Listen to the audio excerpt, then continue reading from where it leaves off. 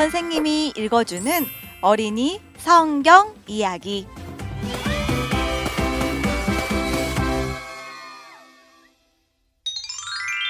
(30번) 이야기. 요셉이 꿈을 해석해 주었어요. 창세기 40에서 41장 말씀. 요셉은 감옥에서 여러 해를 보냈어요.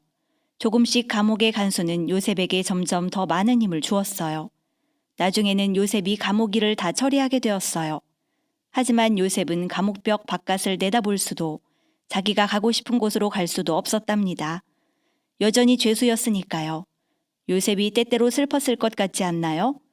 요셉이 왜 자기가 이 낯선 땅에서 쓸쓸히 있어야 하는지 궁금해했을 것 같지는 않나요? 요셉이 왜 하나님이 자기를 그렇게 오래 감옥에 있게 하시는지 궁금해했을 것 같지는 않나요? 아마 요셉은 이렇게 생각한 다음에 기도했을 거예요. 그리고 하나님은 대답해 주셨겠지요. 하나님은 요셉이 당하고 있는 어려움을 잊고 다시 평안하게 만들어 주셨을 거예요. 그제야 요셉은 그 감옥 안에 있던 다른 사람들의 어려움을 들을 수 있었고 그들을 도울 수 있게 되었지요. 어느 날 새로운 죄수 2명이 들어왔어요. 한 사람은 떡 굽는 관원장이었어요. 왕궁 안에 있는 모든 떡 굽는 사람들을 감독하는 사람이었지요. 떡 굽는 관원장은 왕을 위해 맛있는 떡과 케이크를 만드는 사람이었어요. 다른 한 사람은 술 맡은 관원장이었어요. 술 맡은 관원장은 왕이 마시는 술 시중을 드는 사람이었지요. 이 사람들이 왜 감옥에 끌려왔는지 우리는 알 수 없어요. 아마도 왕은 이들이 왕을 죽이려 한다고 생각했겠지요. 하지만 성경이 이 부분에 대해 우리에게 말해주고 있지는 않아요. 어쨌든 술 맡은 관원장과 떡 굽는 관원장은 잠시 감옥에 머무르게 되었고 요셉은 이들도 보살폈어요. 아마도 종종 이들의 식사 시중을 들어주었을 거예요.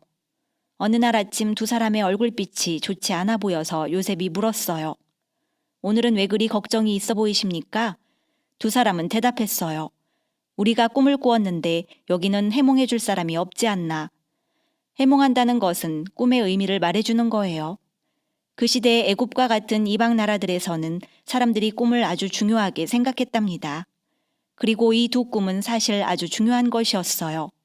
하나님이 특별한 꿈들을 주셨기 때문이에요. 애굽의 현자들은 자기들이 꿈의 뜻을 말해줄 수 있다고 했지만 사실은 말해줄 수 없었어요. 술 맡은 관원장과 떡 굽는 관원장은 이런 현자들 중 누군가에게 꿈 이야기를 해주고 그 꿈이 무슨 뜻인지 알아보려 한다고 요셉에게 말했어요. 그러자 요셉은 거의 꾸짖듯이 그들에게 말했어요. 꿈의 해석은 하나님께 있지 않습니까? 제게 말씀해 주십시오. 술 맡은 관원장이 먼저 이야기했어요. 술 맡은 관원장은 3가지가 달린 포도나무 꿈을 꾸었어요. 가지들에서 작은 싹이 나고 꽃이 피고 포도송이가 익었지요. 꿈에서 술 맡은 관원장은 손에 잔을 가지고 있었어요. 술 맡은 관원장은 포도를 따서 즙을 짜서는 포도주를 만들어 왕의 손에 드렸어요. 하나님은 요셉에게 그 꿈이 무슨 뜻인지 알려주셨어요. 포도나무의 3가지는 3일을 상징하는 것이었어요. 왕이 3일 안에 술 맡은 관원장을 감옥에서 꺼내 다시 왕을 위해 일하게 할 거예요. 꿈을 풀어준 후에 요셉은 술 맡은 관원장에게 말했어요. 일이 이대로 잘 풀리면 저를 생각하시고 제가 여기서 나갈 수 있도록 바로왕께 말씀드려 주십시오. 저는 히브리 땅에서 끌려온 사람인데 여기서 감옥에 갇힐 만한 일은 하지 않았습니다. 불쌍한 요셉. 그러자 떡 굽는 관원장도 자기가 꾼 꿈을 말해주었어요. 술 맡은 관원장의 꿈이 좋은 뜻이었으니 자기도 그러리라 생각한 거예요. 꿈에서 떡 굽는 관원장은 머리에 흰 광줄이 3개를 이고 있었어요. 애굽 나라에서 사람들은 종종 머리에 물건을 이고 날랐어요. 광주리 위에는 왕께 드릴 온갖 떡들이 있었고 새들이 그 광주리 위에 있는 떡들을 먹고 있었어요. 떡 굽는 관원장은 꿈의 뜻을 듣고 싶어 견딜 수가 없었어요. 그건 좋은 꿈이었을까요? 요셉은 꿈을 해석해 주었어요. 새 광주리는 역시 3일을 상징하는 것이었어요. 왕은 3일 안에 떡 굽는 관원장의 목을 베고 떡 굽는 관원장의 몸을 나무에 걸어 새들이 떡 굽는 관원장의 시체를 먹게 할 것이었어요. 그 꿈은 정말 무서운 뜻이었지요. 3일이 흘렀어요. 3일째 되는 날은 왕의 생일이었어요. 큰 잔치가 벌어졌죠. 왕은 술 맡은 관원장과 떡 굽는 관원장을 감옥에서 불러냈어요. 그리고 그 잔치에서 술 맡은 관원장에게는 예전에 했던 대로 포도주를 따르게 했어요. 정말 꿈이 그대로 이루어진 거예요. 하지만 술 맡은 관원장은 요셉을 기억하여 왕께 말씀드리겠다고 한 약속을 잊어버리고 말았어요. 그래서 요셉은 그대로 감옥에 남게 되었답니다. 그 후 2년이라는 시간이 흘렀어요. 그때 왕이 꿈을 꾼 거예요. 애굽에서는 모든 왕을 바로라고 불렀는데 꿈속에서 바로 왕은 나일강이라는 큰 강가에 서 있었어요. 꿈속에서 바로 왕이 강가에 서 있을 때 7마리의 살찌고 잘 먹인 소들이 강가에서 나와 강가에 있는 풀밭에서 풀을 뜯어먹기 시작했어요. 바로 왕의 꿈이 어떤 건지 상상할 수 있나요? 그런데 그때 강에서 다른 소 7마리가 나왔어요. 이 소들은 비쩍 마르고 굶주린 소들이었어요. 이 소들이 먼저 나온 살찌고 아름다운 7마리 소를 다 먹어치웠어요. 비쩍 마른 7마리 소들이 살찐 소들을 먹어치운 후에도 전혀 살이 찌지 않았어요. 정말 이상한 꿈이죠. 잠에서 깨어났을 때 바로 왕은 너무 이상한 기분이 들었어요. 그리고 다시 잠이 들었는데 또 다른 꿈을 꾸었어요. 이번에는 한 가지에서 자라난 무성하고 알이 꽉 찬 7개의 이삭을 보았어요. 그런데 그 다음에 다시 7개의 메마른 이삭들이 자라나 또 좋은 7 이삭들을 다 먹어버리는 게 아니겠어요? 바로 왕이 잠에서 깨었을 때 그게 꿈이라는 사실에 크게 놀랐어요. 꿈이 아주 생생했기 때문이에요. 그래서 다시 잠들 수가 없었어요. 바로 왕은 불안하고 걱정이 되었어요. 하나님이 이 꿈들을 바로 왕에게 보내셨고 어떻게든 하나님이 이 꿈들이 특별한 꿈이라는 것을 바로 왕에게 알게 하신 거였지요. 바로 왕은 하나님이 꿈을 보내셨다는 것은 알지 못했어요. 그러면 바로 왕은 그 다음에 무엇을 했을까요? 바로 왕은 현자들과 마술사들을 불렀어요. 하지만 현자들과 마술사들은 바로 왕에게 꿈의 의미를 말해줄 수 없었어요. 왜냐하면 그 꿈은 하나님이 주신 것이었고 꿈의 해석은 오직 하나님께 있기 때문이에요. 바로 왕은 여전히 이 꿈들이 무엇을 의미하는지 알 수 없었어요.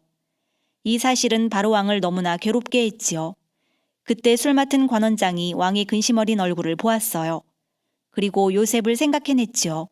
관원장은 바로 왕에게 자기가 떡 굽는 관원장과 함께 감옥에 있었을 때 꿈을 꿨던 일과 가나안 땅에서 온 젊은 소년이 어떻게 자기들의 꿈을 해석해 주었는지를 말씀드렸어요. 그리고 요셉이 말했던 대로 떡 굽는 관원장은 처형당했고 술 맡은 관원장은 다시 일할 수 있게 되었다고도 말씀드렸어요. 왕은 즉시 감옥으로 신하를 보내 요셉을 데려오게 했어요. 신하는 요셉에게 서둘러 이야기를 전했어요. 감옥에서는 소동이 났어요. 요셉은 서둘러 씻고 낡은 죄수의 옷을 갈아입고 수염을 깎았어요. 사람들이 도와주었지요. 하나님이 요셉을 감옥에서 꺼내 왕궁의 왕 앞에 서게 하시는 건 정말 눈 깜짝할 동안이었어요. 바로 왕은 요셉에게 이야기를 시작했어요. 너는 꿈을 해석할 수 있다고 들었다. 요셉은 대답했어요. 꿈을 해석하는 건 제가 아닙니다. 하나님이 바로 왕께 평안한 대답을 주실 것입니다. 요셉은 바로 왕을 처음 만나는 자리였지만 제일 처음 한 말은 하나님이 자신의 하나님이라는 것이었어요. 바로 왕은 자기 꿈에 대해 빨리 이야기하고 싶었어요. 바로 왕은 서둘러 자신이 꾼 이상한 꿈 이야기를 요셉에게 들려주었어요. 그러자 요셉이 바로 왕에게 이렇게 대답했어요. 하나님이 곧 하실 일을 바로 왕께 보여주신 것입니다. 그러고 나서 요셉은 꿈의 의미를 설명하기 시작했어요. 두 꿈은 사실 모두 같은 뜻이었어요.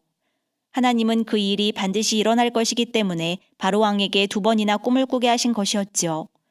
7마리의 좋은 소와 7개의 좋은 이삭은 7년 동안 엄청난 풍년이 들어 사람들이 먹을 양식이 아주 풍족해질 것을 보여주는 것이었어요.